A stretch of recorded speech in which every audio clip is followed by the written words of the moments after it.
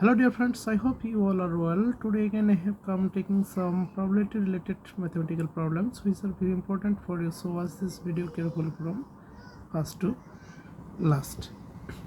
আজকের এই ক্লাসে আমরা সমতা রিলেটেড কিছু গাণিতিক সমস্যার সমাধান দেখব যেগুলো বিগত বিভিন্ন চাকরির পরীক্ষায় এসেছিল। আর আজকের ক্লাসের প্রথম যে গাণিতিক সমস্যাটির সমাধান নিয়ে আলোচনা করব এটি ক্যাপ এর এয়ারপোর্ট ফায়ার লিডার 2024 এর নিয়োগ পরীক্ষা এসেছিল।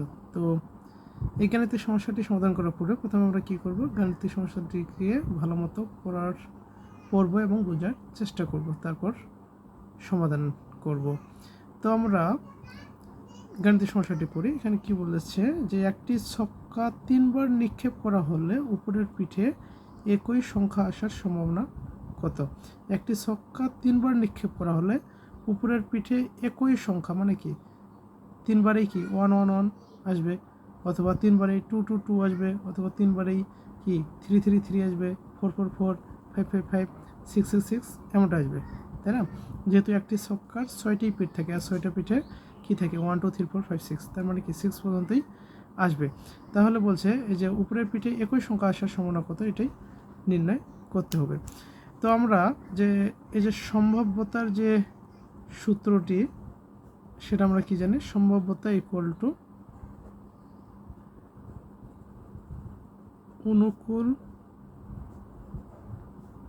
অনুকূল ফলাফল ডিভাইডেড মোট সম্ভাব্য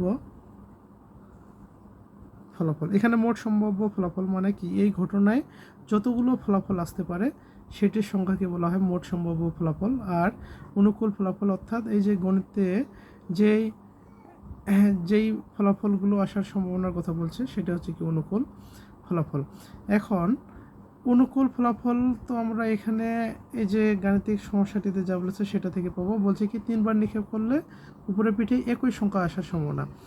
এখন এখানে আমি 3টি ডাইস আঁকি।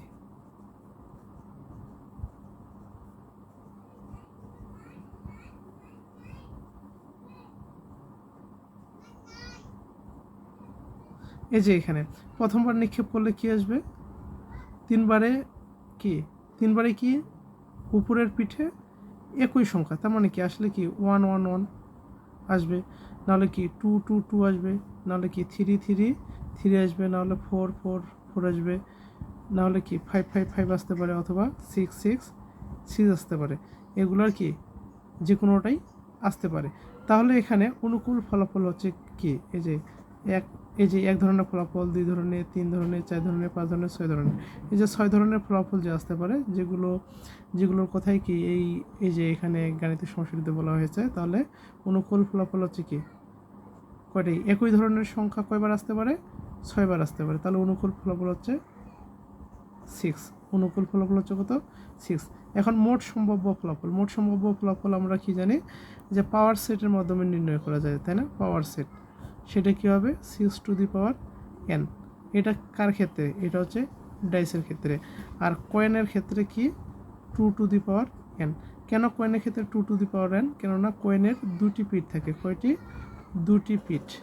আর ডাইসের কয়টি পিঠ থাকে? 6টি পিঠ। ঠিক আছে। এখন কয়েনের ক্ষেত্রে জয়বার বলবে, যদি একটি কয়েনকে 2 বার নিক্ষেপ করা হয় তাহলে n ইকুয়াল টু 2। তার মানে কি এখানে 2 টু দি পাওয়ার 2 মানে কি মোট সম্ভাব্য ফলাফল হচ্ছে 4। এখন ডাইসকে যদি 2 বার নিক্ষেপ করা হয় তাহলে কি এখানে হবে কি n এর মান হবে কি 2। এটা কি 2 বার নিক্ষেপ করার কথা বললে, তাহলে মোট সম্ভাব্য ফলাফল আসবে কি 36। আর যদি কি বলে 3 বার নিক্ষেপ করার কথা বলে, যে 3 বার নিক্ষেপ করা হবে একটি ডাইসকে, ঠিক আছে, তাহলে এর যে মোট সম্ভাব্য ফলাফল সেটা আসবে কি n এর মান হবে 3। তার মানে কি 6 টু দি পাওয়ার 3 মানে কি 216। তাহলে এখানে মোট সম্ভব, যেহেতু এখানে কি বলেছে 3 বার নিক্ষেপ করার কথা বলেছে, তাহলে মোট সম্ভাব্য ফলাফল হচ্ছে কি 216। তাহলে এখানে অ্যান্সার হচ্ছে 6 ডিভাইডেড 216।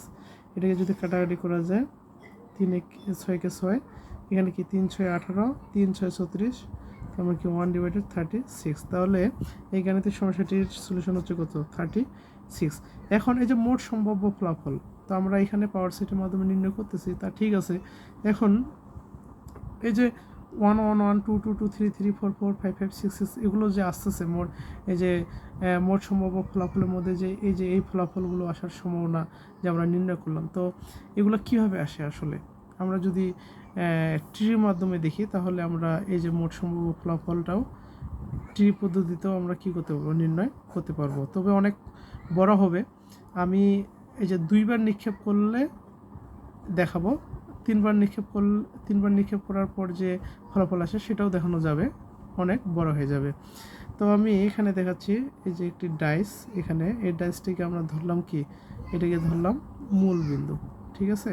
তো একটি ডাইসকে যদি একবার নিক্ষেপ করা হয় তাহলে কী কী ফলাফল আসতে পারে, 1 আসবে, 2 আসবে, 3 আসবে, 4 আসবে, 5 আসবে, কী আসবে, 6 আসবে। এই যে 6টি ফলাফলকে 6টি শাখা দ্বারা প্রকাশ করা হলো, এটা কি প্রথমবার নিক্ষেপ করলে।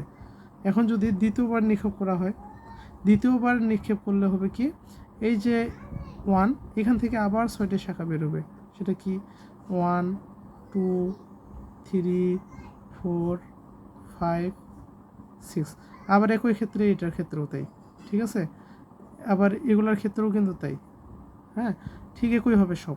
এখন হচ্ছে কি, তৃতীয়বারে যদি নিক্ষেপ করা হয়, এই যে তৃতীয়বার, তাহলে এই 1 থেকে কিন্তু আবার 6টি শাখা বেরোবে, সেটা কি 1 2 3 4 5 6।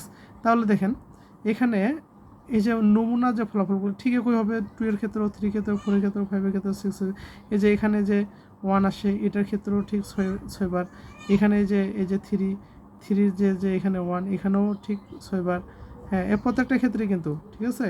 তার মানে কি, এগুলো কিন্তু প্রত্যেকটা ক্ষেত্রে বেরোবে, যেমন এটার ক্ষেত্রেও বেরোবে, এইগুলোর ক্ষেত্রেও বেরোবে। এইভাবে দেখা যাবে মোট যে সম্ভাব্য ফলাফল সেটা আসবে কত, 216।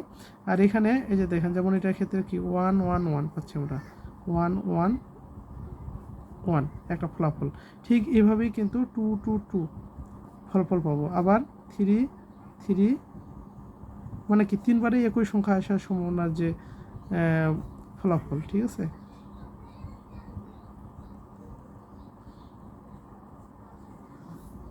এটা যে সংখ্যাটা এটাকে বলা হচ্ছে অনুকূল ফলাফল, কয়টি, 6টি।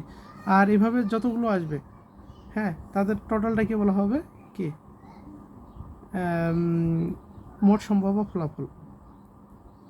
কি আশা করি বুঝতে পেরেছেন। ক্লাস 9 নম্বর ক্লাসটি দেখবেন, ওখানে আমি 2বারের ক্ষেত্রে ডিটেলস ওখানে দেখাইছিলাম, হ্যাঁ, ওখান থেকে আপনারা দেখতে পারবেন। এই যে 2বার নিক্ষেপ করলে, এই 2বার নিক্ষেপ করলে কি, এই যে এখান থেকে 2বার নিক্ষেপ করলে কি এই পর্যন্ত আসে, যেমন হচ্ছে 2 এর ক্ষেত্রে 1 2 3 4, এই যে 4 + 5 6, 2বার নিক্ষেপ করার ক্ষেত্রে আমি এখানে দেখাচ্ছি। আপনারা ক্লাস 9 দেখবেন, তাহলে বুঝতে পারবেন। 2বার অর্থাৎ 2বার ছক্কা নিক্ষেপ করা হলে সেখানে মোট ফলাফল এই যে n = 2 36 কীভাবে আসলে সেটা আমি দেখেছিলাম, সেটা দেখবেন, তাহলে বুঝতে পারবেন। তো আজকে এই পর্যন্তই, আবার দেখা হবে অন্য কোনো ক্লাসে, ততক্ষণে ভালো থাকবেন সবাই, ধন্যবাদ সবাইকে। আর আমার এই ভিডিওগুলো যদি আপনার ভালো লেগে থাকে অবশ্যই ইউটিউব থেকে বিএম ম্যাথ একাডেমি ইউটিউব চ্যানেলটি সাবস্ক্রাইব করে দেবেন, এবং ফেসবুকে বিএম ম্যাথ একাডেমি পেজটি ফলো করে রাখবেন, লাইক কমেন্ট শেয়ার করবেন। ধন্যবাদ সবাইকে।